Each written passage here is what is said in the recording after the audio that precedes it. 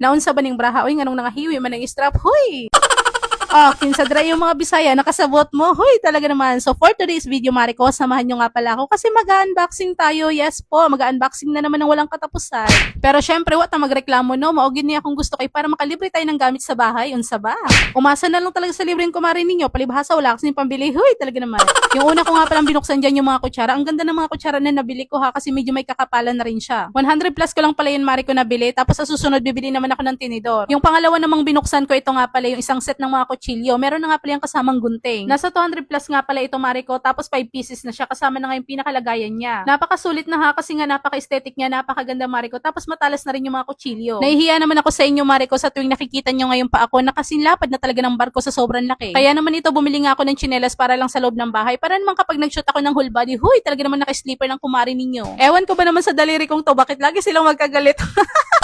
Yung next naman na bubuksan ko, ito naman pala, Mariko, ay salaan ng kanin. Yes po, para naman yung mga kanin-kanin na lang yung matira dyan at yung tubig nga niya, Mariko, ay madrain na. Wala pa yan sa 100 pesos, Mariko, pero napakaganda na kasi hindi na nga magbabara yung ating lababo. At yung next naman na bubuksan ko, ito nga pala ay travel bag. Meron na nga pala itong 5 pieces travel bag, Mariko, na ready na talaga kapag pinalayas na tayo. Maganda siya kasi scratch proof, tapos waterproof kasi nga, Mariko, yung tela niya nga pala ay parang sa mga raincoat, ganun. Mas organized na nga yung laman ng luggage mo kapag meron kang ganitong travel bag. At yung next naman na bubuksan natin, ito, Mariko, ay walang katapusang tumbler. Hindi ko na ata mabilang kung nakailang tumbler na ako, pero ito ha, super bet ko talaga. Kapareho lang naman ito nung una ko nga palang na-upload, pero ito maganda siya, Mariko, kasi meron nga siyang tatak or meron siyang brand, tapos meron siyang kabigatan, pero kapareho lang din naman yun. Napapasok yung daliri mo, mabilis siyang linisan, tapos stainless steel. Kining sunod na parcel natong abrihan, maudeni siyang ilaw. LED nga pala yung ilaw na to, Mariko, tapos rechargeable. Maganda nga siya gamitin pang background light, lalo na nga kapag nagla-live ka or nagpo-promote ka ng product. O diba, kita nyo naman, napaka-perfect talaga. Yung napili ko nga palang kulay ay purple. Pero meron silang available color nito ha, katulad na lang pala ng blue. Pwede mo nga pala siyang isabit lang, tapos pwede mo rin siya ilapag. Depende na sa'yo, Mariko. Pwede mo rin naman na ibigay na lang yan sa akin kapag bumili ka. Charis!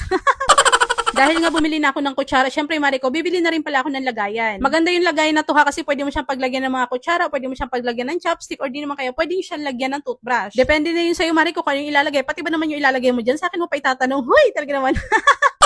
Sa lahat na ata ng patuluan ko ng plato, ito na ata yung medyo may kamahalan tapos maganda. Hoy, Mariko, eme lang yung mahal. Napaka-affordable lang nito kasi nasa 200 plus lang. Meron ka na nga patuluan ng kutsara at syempre, Mariko, may patuluan ka na rin ng mga plato. Large na nga pala yung in-order ko para mas marami nga ako mailagay. Kaya ako nga nasabi na mahal to kasi, Mariko, yung una ko nga patuluan 100 plus lang yun. Pero umabot sa akin ng halos isang taon yun ha. Oh, sasabihin mo, bakit hindi na lang ulit yun yung binili mo? Ano ka? Pala desisyon ka, ikaw magbabayad. Hoy, joke lang, Mariko. Syempre, Mariko, gusto ko naman ng ibang kaaniknikan or ibang design naman yung makita ko. Bago yung rice dispenser na to, yung una ko nga palang binuksan dito, yun nga pala yung stainless steel map holder. Ito kasi sa bahay, wala nga pala akong lagay ng walis at saka ng map. Pero yun nga pala, ilalagay ko siya sa may CR. Bibili na lang ako ulit ng panibago at ilalagay ko naman yung sa likod ng pintuan para naman pagsabitan ng mga walis. Ito nga pala yung pangatlong beses ko na magkakaroon nga pala ng rice dispenser. Pero yung dalawa dun ha, pre sample. At yung pinakauna ko nga palang lagay ng bigas ay binili ko talaga siya. Maganda to, Mariko, ha, kasi ipipress mo lang, lalabas na nga yung bigas at meron na rin pala yung cup na kasama at 10 kg capacity naman yung pwede natin mailagay na bigas dyan. Nagustuhan ko nga yung bigasan na to kasi napaka-slim ng body niya ha. Sana all na lang talaga slim. Buti pa yung bigasan slim pero itong nagbubukas ng parcel hindi. Charis!